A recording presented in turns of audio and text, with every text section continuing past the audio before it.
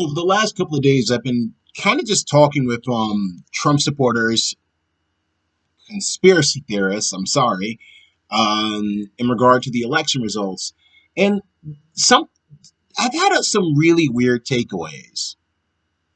I don't think you guys read the Constitution as much as you think you do. There was a thread where people were basically flat out talking about civil war, how it's our right to overthrow tyrannical governments. Incorrect. You have a right against a tyrannical government, the tyrannical government, the one we rebelled against, Great Britain. And that's in the Declaration of Independence. Nowhere in the Constitution does it say that you have the right to overthrow tyrannical governments. I'm saying the actual talks about people having a civil war or attacking Americans over the election results is seditious. It's not backed up by the Constitution at all. The Constitution is a list of your civil liberties, which are basically your rights from the government. In practice, they're really just your rights in the face of your state governments. Your civil rights are your rights against other people. There's no amendment that was ever ratified or passed that allows you to secede. There was actually people who challenged that. That went to the Supreme Court. It lost. You have there's In order to get something passed or pass the Supreme Court, if you still dream of a Trump victory, you need an argument. There's the argument about the electronic votes being unconstitutional. So, the Al Gore, George Bush thing? Two big things happened to that. The Supreme Court, believe it or not, a more conservative Supreme Court are just full of originalists who basically believe changes should come from, Congress, the people that are most representative of the people, not the Supreme Court itself. That's what's actually controversial about Roe v. Wade. It was effectively a law, or very vaguely, it's been a law passed by the Supreme Court. Functionally, it is. Um, that's what the conservative judges were mad about because that's not what the Supreme Court is for.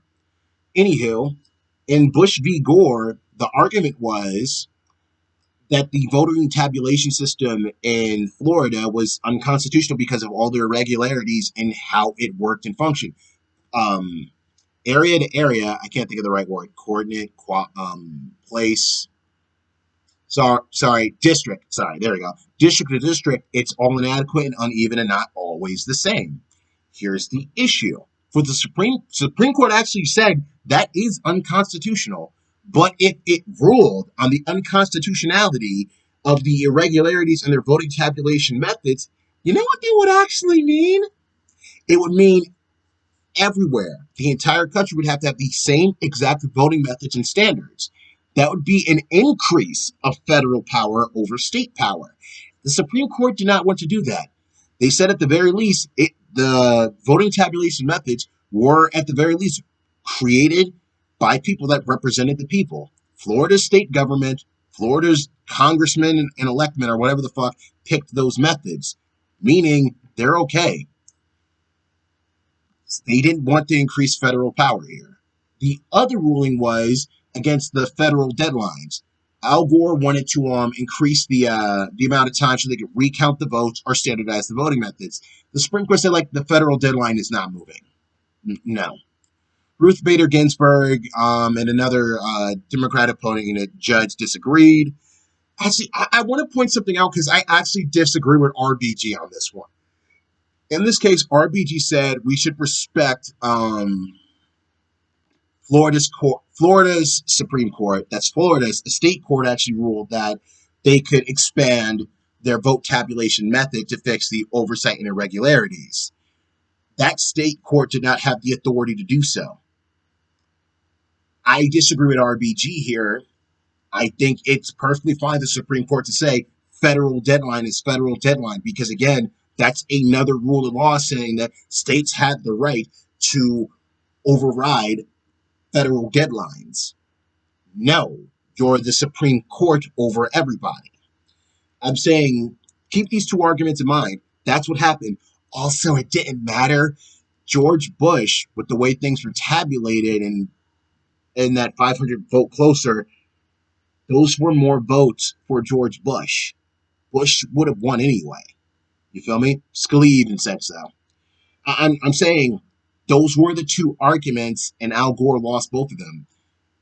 The You can argue that a mail-in vote is unconstitutional or it's not an equal protection. That's what you're really trying to argue with the matching signature thing. The issue has been that would be a brand new fucking ruling that would overload and override everything. I'm saying that would be a decrease in state power and an expansion of the federal government's power. Something most conservatives keep saying they don't want. Do you want the Supreme Court to expand federal power by mandating that all votes have to meet a certain level and throwing out the ability to use mail in voting, which would effectively be more voter disenfranchisement? The people who can't get out of work use a mail in vote. The people who are bedridden cannot vote in person. The, the people who are fighting overseas on behalf of the country use mail in ballots.